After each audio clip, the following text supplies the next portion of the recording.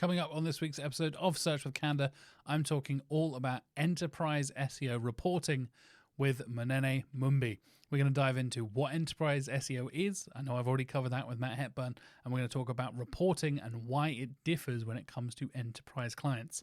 Stay tuned for that on this week's episode.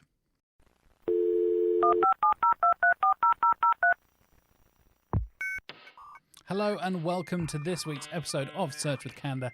I am your host, as always, Jack Chambers-Ward, and I'm joined this week by Munene Mumbi. We're going to be talking all about enterprise SEO reporting, and SEO reporting is a topic I like to discuss on this show. I know I covered reporting to small clients a little while ago in a previous episode, and we're going to talk about the opposite of that, essentially talking about enterprise clients with big international sites with loads and loads of pages and URLs and different domains sometimes as well to worry about.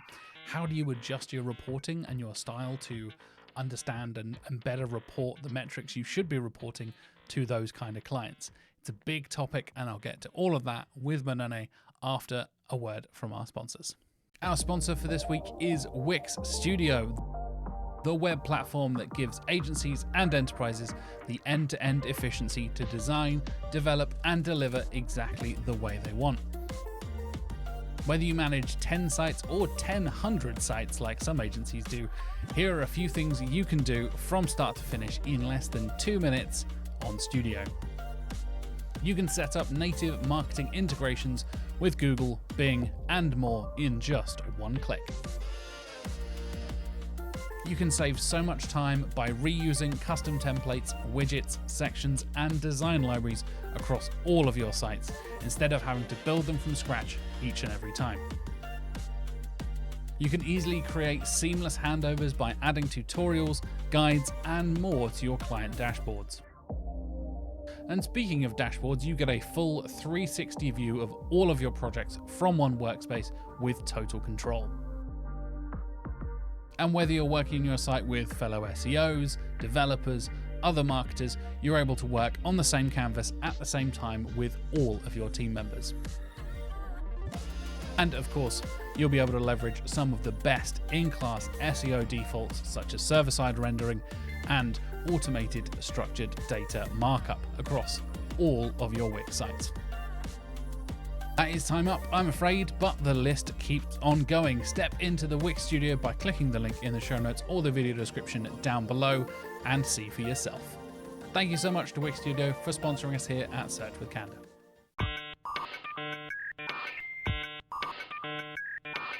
My guest this week is the SEO and Innovation Manager at WordLift. He was also the MC and organizer of the first ever SEO meetup in Nairobi, as well as a speaker at the upcoming Search Africon later on in May 2024, which, by the way, includes friends and former guests of the show like Ibe Jonathan, who organized the whole thing, Lily Ogbajo, who has been on the show before, and goodness, Azaborogu, who has been on the show as well. Welcome to the show, Munene Mumbi. Thank you so much for having me, Jack. That's quite an introduction there. Very excited to be on the show. I wanted to hype you up, man. I'm excited to have you on the show. You did a great job for sure. So, folks, before we kick into anything, by the way, Search Africon, like I said, this episode will be coming out the week before Search Africon comes out. So it's on the 17th of May, 2024. Yes. Go and check it out. I'll put a link in the show notes. You can get online tickets to watch all of the recordings and stuff like that. Tickets for those recordings are only $10. So you really have no excuse to not get a ticket and check out the digital recording and stuff. So shout out to Search Africon. Go and check those out. And we'll get to see you speak, Munene, which is very exciting. I know it will be the first time I'll be speaking on stage, actually. So I'm pretty excited. Oh, awesome. Now us at the same time. I think that's pretty normal. That's pretty normal for a first time speaker. I will, once I speak on the stage, I will let you know. But yes, it is relevant to the topic, I think, as well, because you're going to be talking about reporting and SEO reporting and stuff like that at Search Africon. And that is actually kind of the topic, kind of building on a couple of previous episodes as well, actually. We're going to specifically talk about SEO analytics and reporting for enterprise clients specifically. And this is something I kind of did an opposite, kind of a companion episode with Riley Hope talking about small businesses and medium-sized businesses and the kind of reporting and stuff like that. And actually the first episode of this season with Matt Hepburn was an introduction to enterprise SEO as a whole. So Yeah. you've come at the perfect time to kind of build upon those 2 previous episodes and complete the trilogy, right? And Yeah. create the third piece of this puzzle. So, Yeah. I Yeah. guess my first question is, like, why was this the topic you wanted to talk about? What is so interesting about reporting for enterprise clients that you wanted to talk about on the podcast? I think I've been dealing a lot more with enterprise clients, and I found it to be very interesting in how different. So it shares some similarities from with small businesses and the kind of reporting that you do for small businesses. But there are certain nuances that I feel like I have learned over the past couple of like 2 years since I started working with Wildlift, where I've had the opportunity to work with some very interesting names, enterprise clients in the industry.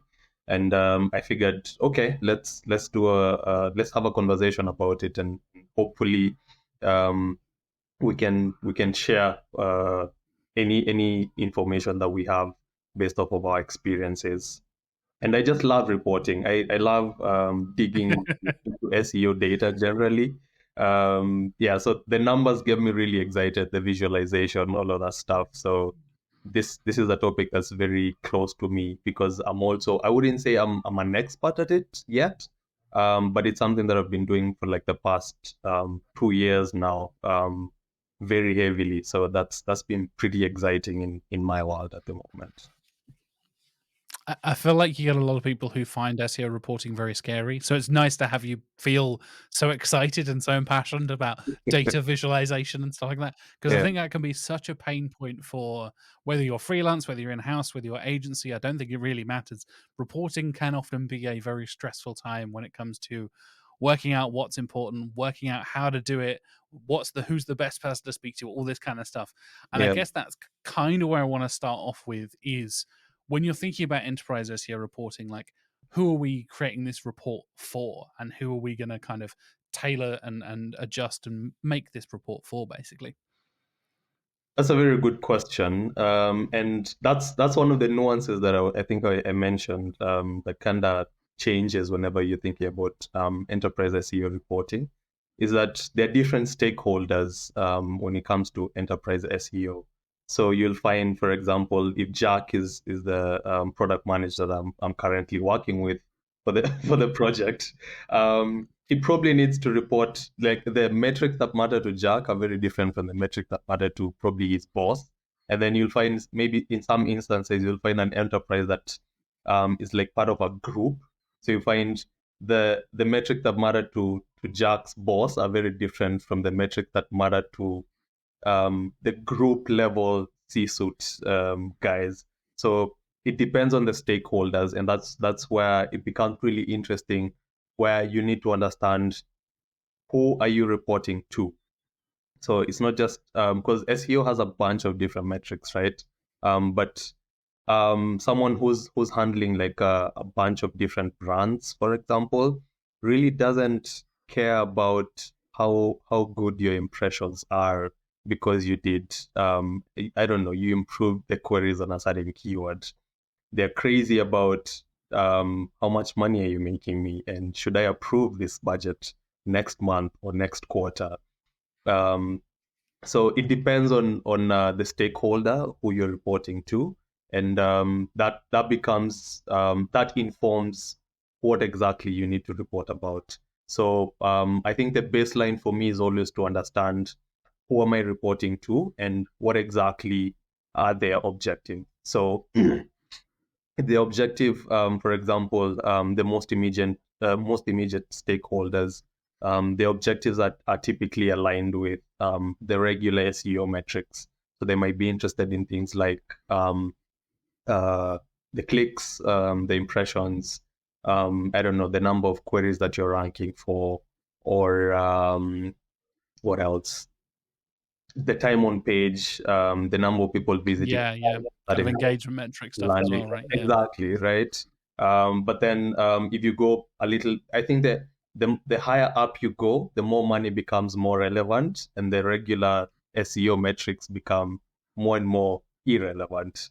But I also saw an interesting post the other day on LinkedIn, someone saying, can we just stop pretending that clicks don't matter in SEO or in marketing in general, because we are constantly talking about, okay, what is the ROI of this initiative, and then we constantly just go back to, okay, fine, how much money is this initiative making me? But then we forget that these clicks do matter, because in most cases you find the number of clicks that you're getting today in SEO can also be translated, or it's just people coming into your what's it called, sales funnel. So all Yeah, those yeah. clicks can be translated into your PPC. They can be translated into your marketing for email, your social media, all that stuff. So let's not pretend that clicks don't matter, because they do. I guess it just comes down to how you present them. And I hope I answered that question and did not go on a whole Yeah, different tangent. no, absolutely. I think it connects us very nicely to the next couple of questions, because for me, like when it comes to those bigger clients, like we at Canada, we have a mixture of pretty small, fairly local guys, some national clients, some big international clients, and a kind of a variety of different sizes. A lot of my background comes from local SEO, and my previous agency was much smaller. And I found kind of the knowing who you're reporting to be like the most important thing for me when it comes to tailoring that report and making sure it's actually sending the message you want to send it, if that makes sense. Like when you're thinking about, you said, if you're reporting to the marketing manager, but they have a head of marketing and the C-suite, CEO people above them as well. I think having things like the little executive summary at the beginning, like a one-page summary of like everything is going well, here's the clicks, here's the revenue, here's all the important data. So the big boss who has 15 seconds to read that report gets the information they need, and they're like, cool, yeah, sign off the budget, no problem. But if you have someone exactly like you were saying there, Munene, like you have somebody who is interested in the data, who cares about the different metrics, there's the option there to delve into a bit more detail, right? And having the balance there of serving so many different versions of this thing, having one that has like, here's the summary, here's the bits. If you want to, the information is there, but if you don't want to, you can get a quick little snapshot. For Yeah. me, that's been like the biggest learning curve for me, and it comes to reporting to bigger clients with bigger internal teams and stuff like that, right? For sure. And I think the trickiest bit for me has been making sure that all these different stakeholders are supported, like in the different like, because you'll go to a meeting and you think you're just going to meet like the C-suite level, right? And then there's a data analyst in that meeting, and this guy's gonna grill you because that's his job, right? And his job is also, or his or her job is also, to understand the smaller metrics that probably don't matter much to the boss, but they're also in that meeting. So if you don't understand the kind of stuff that they're grilling you about in regards to the SEO efforts or whatever campaigns that you rolled out, you're gonna look like a fool. And you looking like a fool to him is bad, because you're also looking like a fool to the CISO guy who is also at the same meeting. Yeah, 100%. I've totally experienced that, where there was I was neither the person reporting nor the analyst. I was Yeah. another person in the room, and we had somebody come in and basically try and pitch this idea of using this tool and blah blah blah, and they made up, essentially they kind of like winged a lot of numbers and kind of did a lot of guesswork. And one of my guys on the team, who was doing a lot of data analysis stuff, started asking questions that this guy was not prepared for at all. And he suddenly realized, like, uh-oh, I'm in the room with somebody who knows what they're talking about, and I've just been kind of winging it and making it up. And now I need to actually get real and have some real proper answers to some data. He eventually pulled it off, but there was definitely a nervous like 5 minutes in the middle there where it's kind of like, uh-oh, I didn't realize who I was dealing with. And I was sat there kind of just eating popcorn in the corner, like, okay, yeah. You're enjoying the show. exactly, enjoying the drama that's going on. Yeah, I think that kind of comes to my next question, where you have those multiple people to communicate to, those multiple stakeholders, and I think that is one of the big differences between a big client, an enterprise client, and a small business, right? And when often, I mean, if you're talking really small business, you'll have the one person machine, the one person band who will be doing everything. So it's the Yeah. same person who's doing all the marketing is the same person you're reporting to. So I guess from your experience, what other differences are there when it comes to reporting for small business compared to those enterprise clients? The other difference, I mean, aside from the number of stakeholders involved, is I'd say still, first of all, I guess still on the number of stakeholders involved is the amount of um, explanation or communication that you need to do when reporting, right? Because sometimes a metric might not seem as relevant to a certain stakeholder, but it's your job as the person who's doing the reporting to explain why this is relevant. If you leave it hanging in the air, it might just like disappear, yet it's a very important metric. So I guess you also need to understand how much the person that you're reporting to knows what you're reporting about, so that you either don't spend too much time explaining something that they already know, or spend too little time explaining something that they don't know and is very important in that report, and they end up missing it or completely disregarding it as, okay, that's just a nice chart on a graph or on a report, sorry, or a nice line. So just make sure you understand who you're reporting to and how much they know, so that you know how much you need to spend time explaining certain metrics or certain numbers. The other thing that I found to be very interesting and different from small business reporting when it comes to enterprise SEO reporting is the volume of the data. So in most cases, small businesses don't have too many data points compared to enterprise SEO. So you'll find, for example, when you're dealing with multiple brands, like just cranking out one simple report doesn't work. You'll need to replicate this for multiple countries, multiple brands, multiple maybe subdomains or something like that. So the volume of the data becomes a lot more complex, and it requires you sometimes to do extra customization on, let's say, the tool that you're using, or to look for a different tool. So like the regular stuff that you would do on GA4 is no longer applicable when you're working with multiple brands. Like, for example, the other day I was doing a report for a client that has mashed up multiple subdomains on GA4. So when you're looking at the landing page report, this report, like if you look at the homepage alone, it contains the data for like, I don't know, 20 subdomains. So just looking at it, you're gonna look at a number and see, okay, so the landing page has like 2 million hits in this period, but then the next page after that has like 100,000.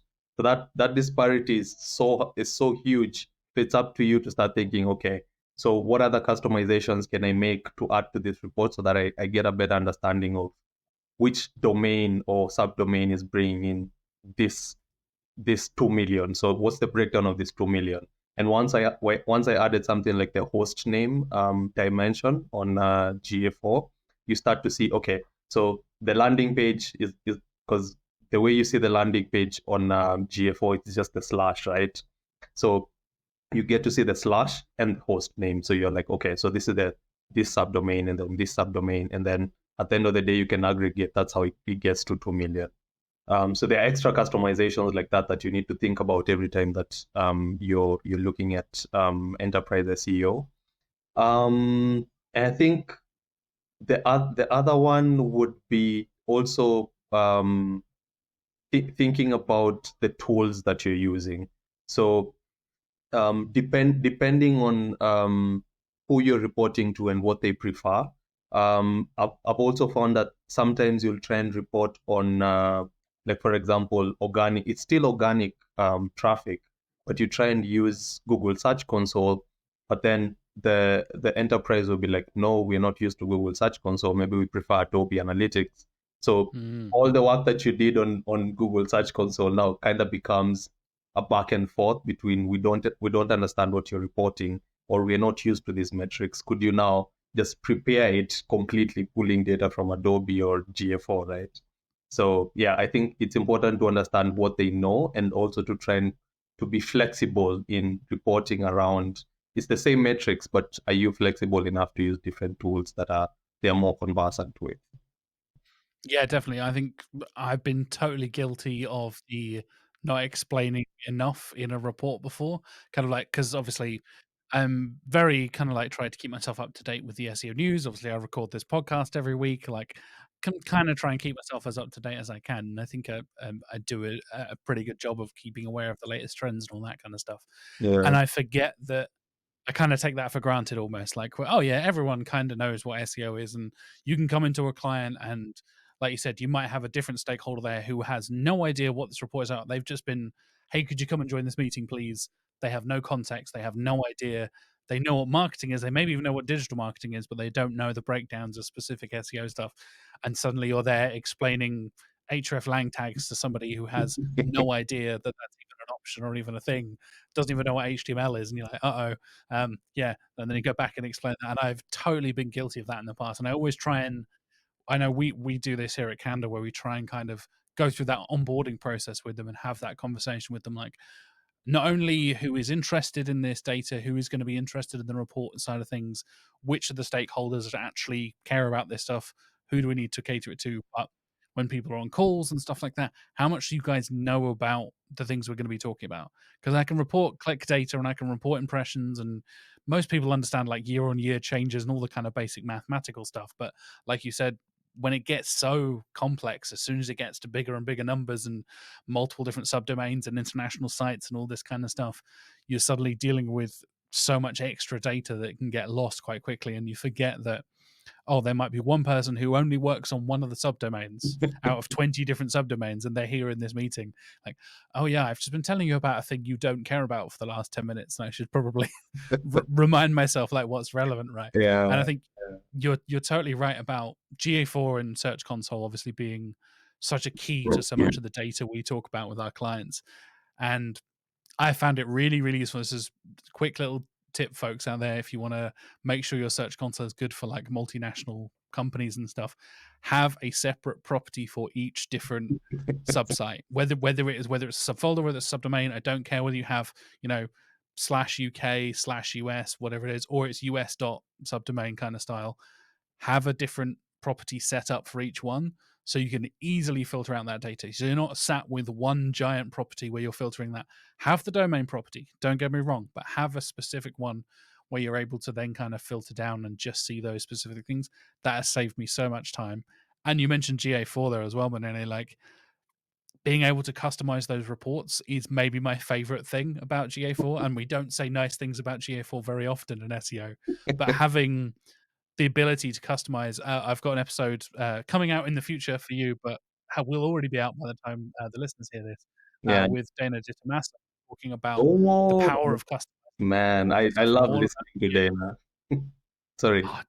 Dana's she's a genius, and it was great to talk with Dana about that, and we basically agreed that like that the customizing reporting thing is so powerful. And Dana even gave the example of like, if you need Jack's report or Mike's report or whatever it is, and that's just for one person, it's worth it. Don't worry about it. Like, you just filter down, get rid of all the rubbish, and just have the thing that that one person cares about. If Yeah. they want to go and have a look at GA4, they have their nice little report corner that you can click and find. So they're not suddenly, and I've totally had this before, you have a client clicking around being like, I can't find your revenue numbers that you put on the report don't match the revenue numbers I'm Yeah. seeing in GA4. And am I doing traffic acquisition or user acquisition? Which attribution model are you using? And it's this constant conversation. Yeah. Setting those reports ahead of time so everybody kind of knows what to expect.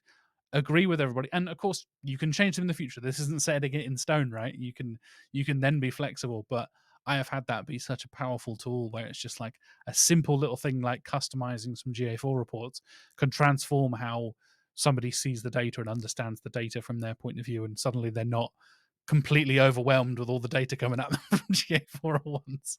And it can be overwhelming. I feel like one of the reasons why we don't give GA4 as much credit as we should is because it's overwhelming to us as SEOs.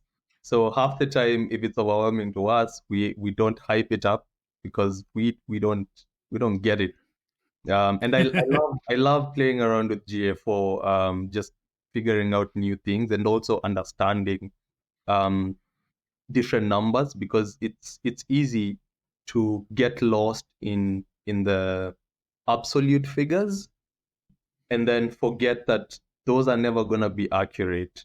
So the other reason why I love understanding the absolute figures is not so that I can report them, but so that I can explain them in case a client comes up with a question. Like, for example, a client will ask, okay, like you said, why aren't these landing page numbers, why do they look different from a different property? Or why do the clicks on GA4 look different from the sessions, or sorry, clicks on Search Console look different from the sessions on GA4? And then now you're stuck there like, oh shit, by the way, they're different. I didn't even know that. Yeah, I think like the details of the data and having the difference between one person is reporting users, one person is reporting sessions, the other person is reporting clicks, and you've got three numbers that in theory sound the same. And Yeah. obviously we've had a recontextualization with GA4 and how everything is an event now. So every page view, every key events, as I talked about with Dana, like now conversions being called key events and all that kind of thing. Yeah.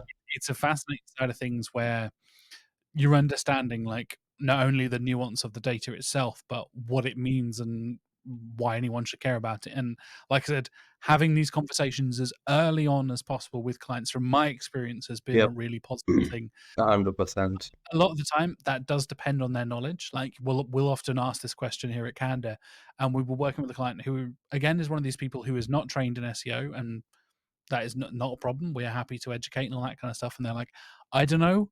What do you think? And they kind of leave it up to us. It's like, okay, cool. We'll have these things. We'll include some explainers in here of like why we think this is relevant to you and your business, rather than just, oh, we'll just give you everything and you can work it out, which I think is not fair on some people who don't know data and are not used to handling that kind of stuff. That's not their job. That's not their role. But we can, as SEOs, we can assist them, right, in thinking like, I think this might be the most relevant thing for you, or this might be the best tool or the best option for you in that side of things. And speaking of tools, are there any tools you'd kind of recommend for enterprise SEO reporting? I know we talk about a lot of different tools on the show pretty regularly. Most people know the big ones like Ahrefs and SEMrush and all that kind of stuff.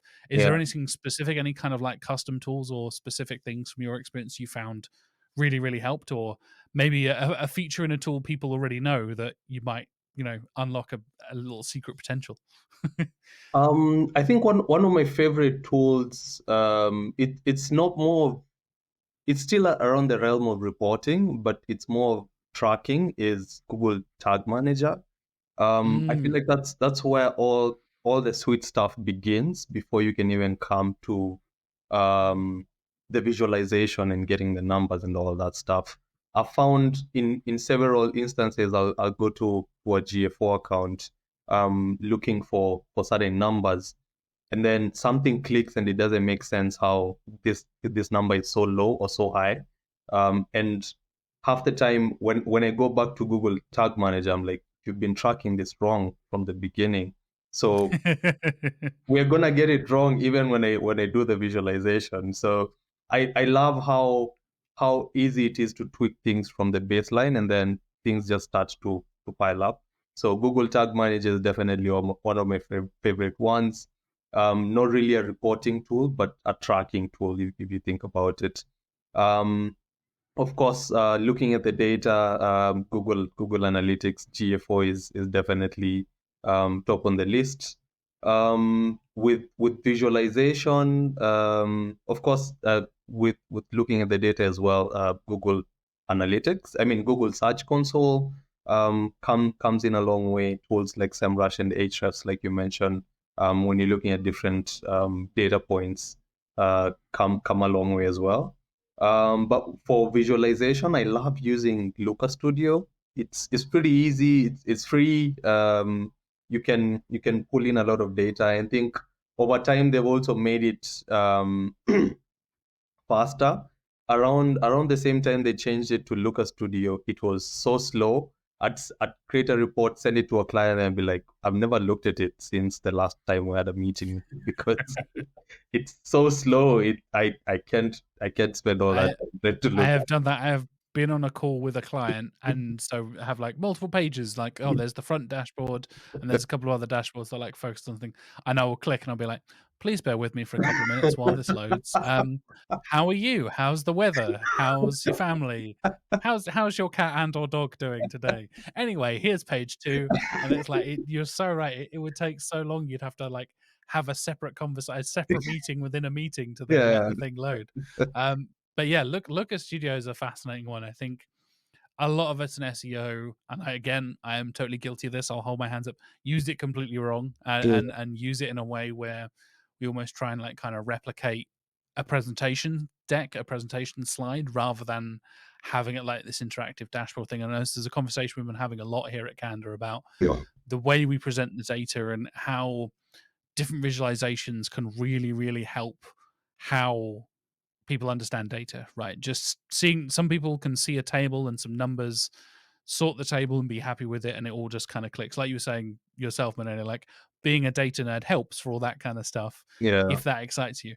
But if you're not a data person, you're way more of a visual person, Yeah. maybe a graph or a pie chart or an interactive thing that you can move around, like the power of Looker Studio, where you can, like you said, integrate Search Console and analytics data, bring in SEMrush, Hrefs, Systrix, Dragon Metrics, whatever it is, whatever tracking tool you're using, to Yeah. bring them all together and kind of have it all in one place. I love that kind of stuff, being able to kind of make it look appealing and interesting, and color code stuff, and having consistency where like, oh, you can see that, you know, the blue chart is our French speaking site, so you can see the blue chart last month is now bigger than it was the next month or the next year or whatever it is. Even tiny little things like that I find really useful to, like we're saying, help those clients who are less data focused, who their role is not to dig through the data, to then kind of translate it for them, get it.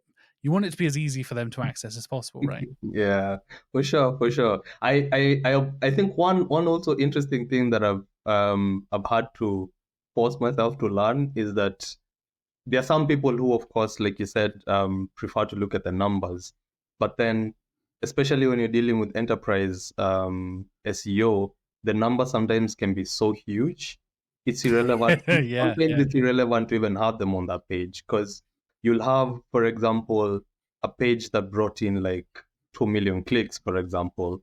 So by the time they're writing 2 million on a whole on a whole report, it's so hard, it's so large, like it's confusing to look at that and then look at another million, look at another 20 million, So it's been interesting to also use Looker Studio, or even another tool that I love to use, by the way, is Power BI.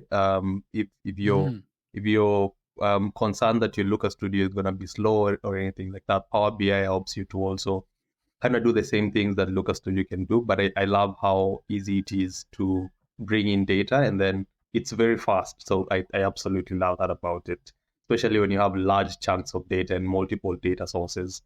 Um, but the interesting bit is that if you just want to show the trend, for example, like a percentage, you can, but I kind of call it, I'm trying to look, the Swahili word for it is jua kali. So I'm trying to look for the English word for it, where you just play around with the setup such that you get to hide the 2 million and only show the percentage increase or percentage drop, so that Yeah. so that you help the client or whoever is reading the report not to focus on numbers that don't make sense, but only to focus on the trends. Because at the end of the day, you don't want them asking you questions like, why does this show 2 million here, yet when we look on a different platform it shows 1 million, or I don't know, or 10 million, something like that. The most important thing in most of these tools is for you to look at the trend. So is it an upward trajectory, or is it a downward trajectory? So you help them to not focus too much on absolute figures, but rather the relative percentages. Yeah, I think that's such a powerful way to kind of, like I said, contextualize that data, right? Understanding the percentage changes of, if it goes up from 1.5 to 2 million or whatever it is, that's great and cool and stuff. how you present that data, whether that is, oh yeah, that is a 33% increase here, that makes so much more sense to so many people. And I think you mentioned like literally typing out all the zeros for 2 million can be one thing, but like having I've had it where it's the other way around. I put it into a graph and I thought, oh, this will solve the problem. Except like the homepage gets 2 million visits, the other ones get like you were saying earlier, like 100,000. So You that had one that was like up this. here, and then everything else is down here. So everything else looks like basically 1 or 0 compared to the 2 million right at the top. And you're like, right, okay. And like I said, filtering stuff out, having that ability to customize the reports, remove the homepage from some reports because it will get the most clicks, or whatever page is getting an insane amount of clicks, removing that and being like, okay, now I have the actual like comparative context of this is the area we've been focusing on in terms of the content. This is the, you know, the blog or the news section or whatever it is. This is the content cluster we've been working on, the topic clusters we've been building, filtering that out and having them compare to each other. So like, oh, here's one we worked on 6 months ago. Here's the one we're working on at the moment. They're all up by 20%. This one's up by 50%.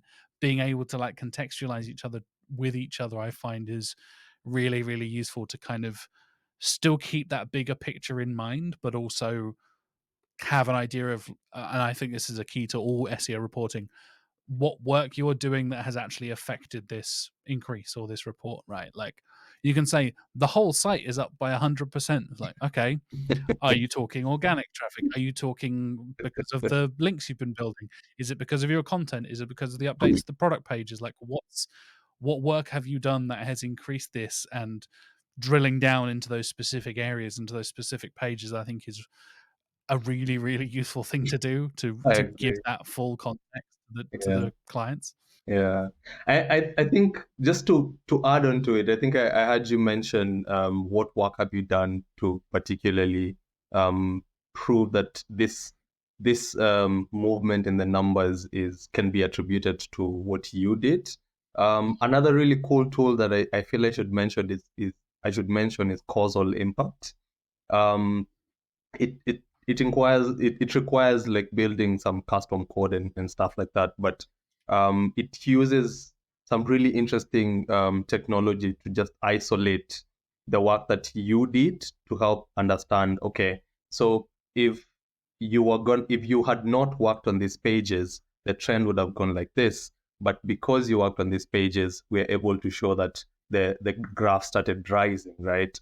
So it helps you, especially when you have a control group. I think that's one of the most important things that many SEOs forget to have, like a group of pages that you just don't touch, and for the purpose of intentionally not optimizing them, so that when it comes to your reporting, you can show we didn't optimize these pages. So if you compare the performance of the pages that we did not optimize versus the performance of the pages that we did optimize, we can clearly show that the reason why your site is either dropping in traffic or increasing in traffic is the work that we did. So causal impact is a really powerful tool for you to be able to isolate certain events.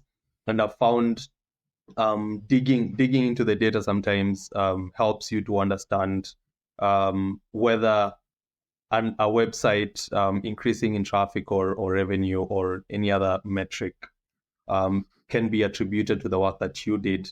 It really helps to really dig into the numbers and understand when exactly did you start to work on it? When are we starting to see the movement? Because sometimes you might have like movement that is attributed to seasonal changes or certain events. Like an interesting one that we caught the other day, just because we decided to dig into the numbers, was a jet charter company that saw a drop in traffic. And at first glance, we initially thought, okay, this definitely has to do with the March core update. But then digging into the numbers and starting to understand, okay, when exactly did it start? It started around February. So it was easy to look at it and be like, okay, maybe it's connected to the March update. But I was a little more curious because the March update started in March. It doesn't make sense that this guy started dropping traffic in February. And then we come to realize there's a lot of interest in jets around the Super Bowl. So whether people are leasing jets... Of course. So whether people are leasing jets or just trying to figure out what is the how jets are ruining the environment around the Super Bowl. So who is hiring what, or who is coming in with what jet, stuff like that, right? So the traffic kind of went up around the same period and then started to tank. So I think digging into such data and being a data nerd sometimes helps, because you end up not spending too much time trying to figure out how to solve a non-existent problem. Because if we hadn't caught that, I think we were about to change our whole strategy and try to figure out how do we help this website to revive, what's going on, is it connected to the Match core update. But then if you look at something like that and then you're able to see, okay, it's related to Super Bowl, you just lay back and be like, there's nothing we can do about that, because it's totally not related to anything that we've done so far. Yeah, I think seeing that bigger picture side of things, I was talking about it earlier in the context of the site itself, but seeing the bigger picture, not only within SEO, but within the world. So Yeah, like you're saying, like you instantly think, okay, I'll think of the bigger picture. What else has been happening? Oh yeah, there's been some core updates. We're at the time of recording at the end of April, we're still in the March update. It's still yeah, rolling out like yeah. 40 something days later. And you think like, okay, what else could it be? And brilliant point there. Like, oh, it could be something as simple as the Super Bowl happened, the biggest sporting event in the world happened. Like, yeah, that can make a huge difference to certain businesses. And it's not even like you don't come in thinking of that as like necessarily a seasonal thing. Like you think So, about seasonality in terms of Christmas or Valentine's Black Day or these Friday. particular holidays, whatever. Yeah, Black Friday, perfect example, right? E-commerce stuff on Black Friday. But the Super Bowl affecting jets, as soon as you said it, viewers yeah, and watching on YouTube as well, you probably saw my reaction, which was like, of course, yeah. makes sense. That makes so much sense, yeah. But if you're not thinking with that bigger picture kind of point of view, and you're not coming at it with a just taking a step back outside of SEO, like what is happening in the world right now that could be affecting that, Yeah, that is a brilliant way of thinking about it. And when you're thinking about big clients that have international bases and multinational kind of purposes, there is so much stuff going on in the world, political stuff, shifts in economies and all this kind of stuff that can make such a big difference. And then you don't even realize, like you said, oh, the traffic has changed in this part of Europe. It's like, why? It's like, oh, there was an election somewhere and this changed this or whatever. It's like, okay. Or yeah, a sporting event happened. The World Cup happens to be in that part of the world. So suddenly everything goes up. You're like, oh, yeah, of course, of course. I love that kind of stuff. yeah. Um, I think that's a skill in of itself as well, right? Like being able to take that step back and see things in the bigger picture side of things is something I am totally guilty of not doing. I am very much that this is my like ADHD brain, like focusing on all the details and being like, yeah, this is just me like super hyper focused on one thing rather than zooming out and seeing the bigger picture. I'm What are other kind of skills that you think are important for enterprise SEO, client reporting and stuff like that? the bigger picture, definitely, like you said, is one of the really important skills. Another one I think that I would mention would be also just knowing what numbers matter, because it's excuse me, it's easy to get lost in SEO metrics because there are so many. You go to every different tool has so many numbers that they can offer you. Um, but I think just looking at a certain metric and knowing that this is the one that matters for this objective, I feel like is a skill in of itself. Because you don't want to either confuse the stakeholders or the team that you're working with, or even confuse yourself or the client, right? So just knowing which metric at the end of the day that you need to track in order to report or show the results of a certain SEO effort is very important.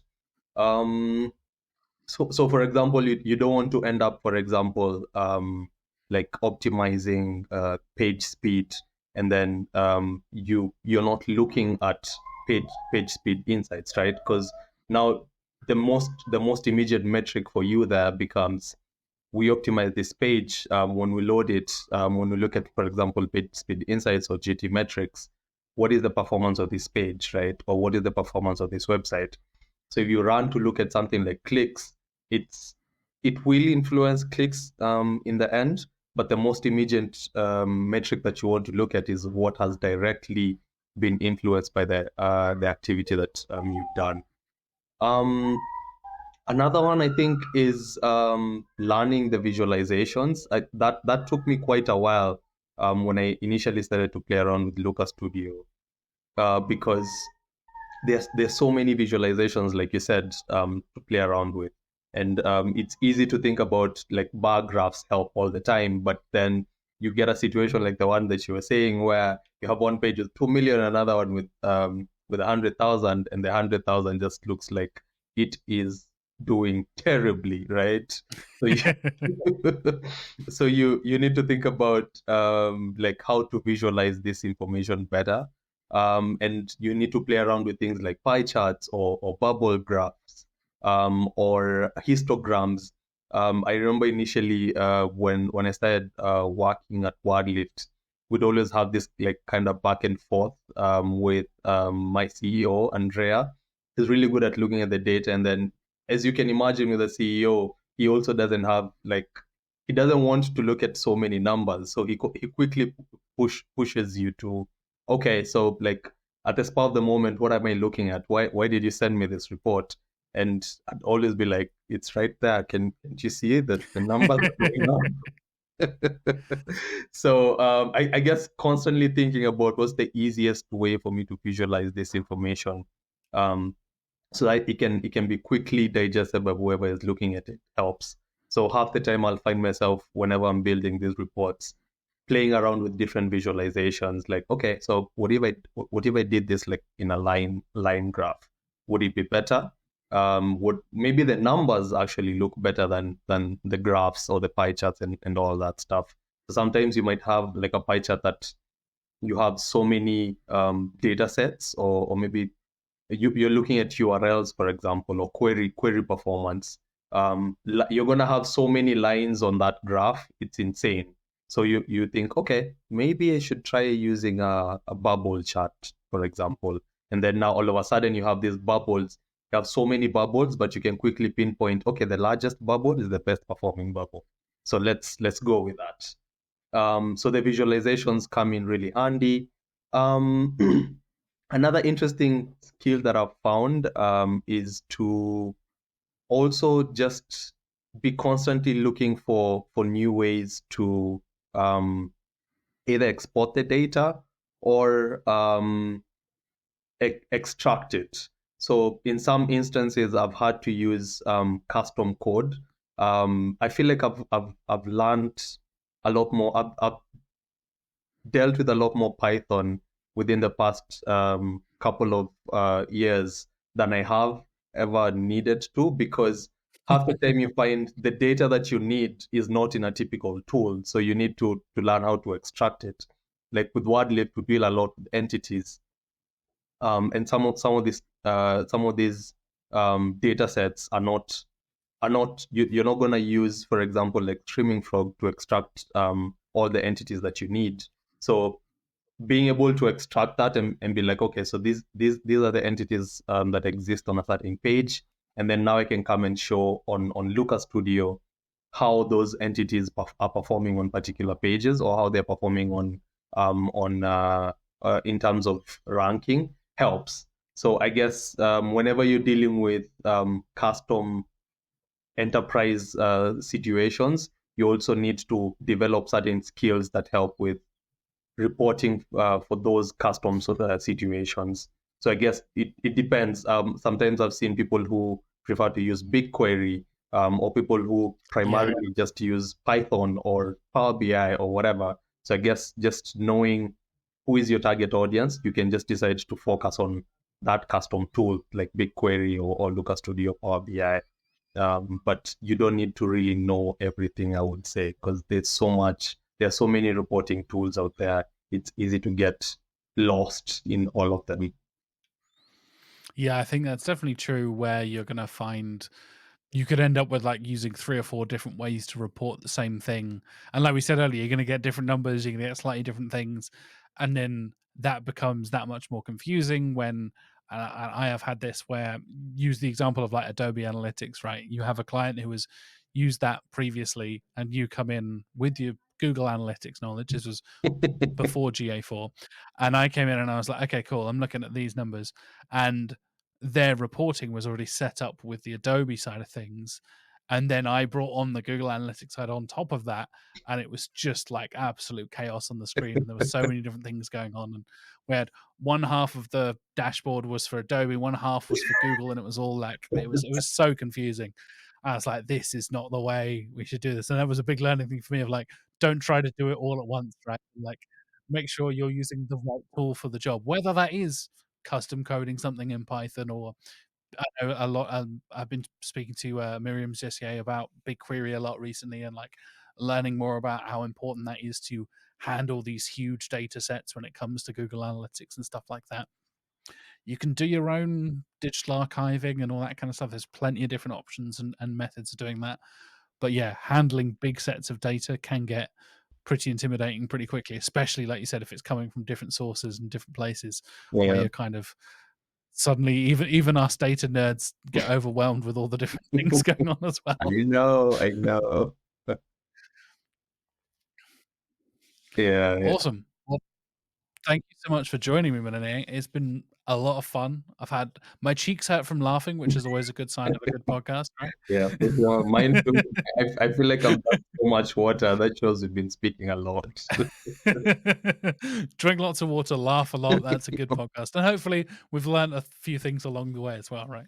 Yeah, for sure. I hope it wasn't just ranting. We kind of give some information. Yeah, I like a little bit of balance of both on Search for the Candor. We'll go for a little bit of ranting, little bit of knowledge, little bit of ranting, little bit of knowledge. Yeah, love it. So how can people follow you on the internet, follow up with what you're doing in SEO?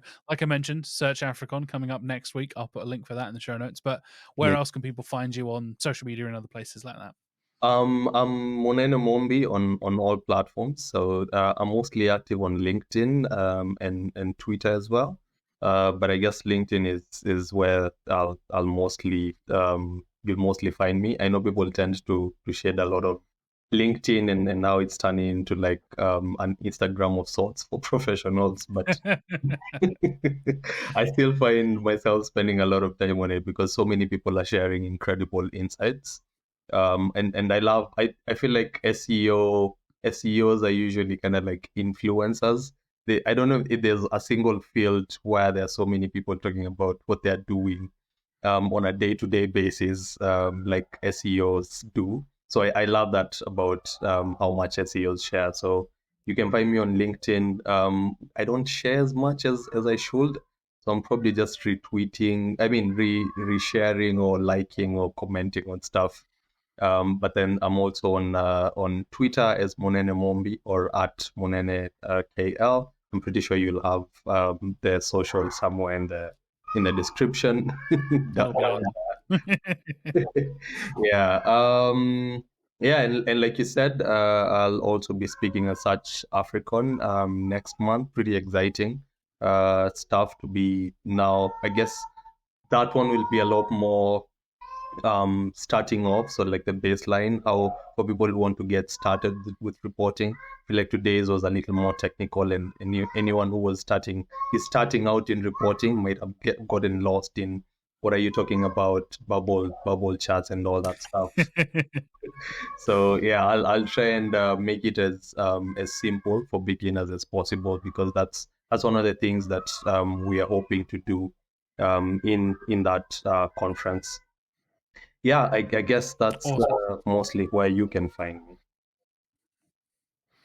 Brilliant. Well, thank you so much for joining me, man. Really appreciate you coming on the show. Like I said, folks, all the links for everything we've just talked about will be in the show notes, whether you're watching on YouTube, Spotify, wherever you are. Go and check it out. Go and follow Munene and go and check out Search African. Go and check it out. Awesome. Thank you so much for joining me. It's been a pleasure. It's been a pleasure talking to you today.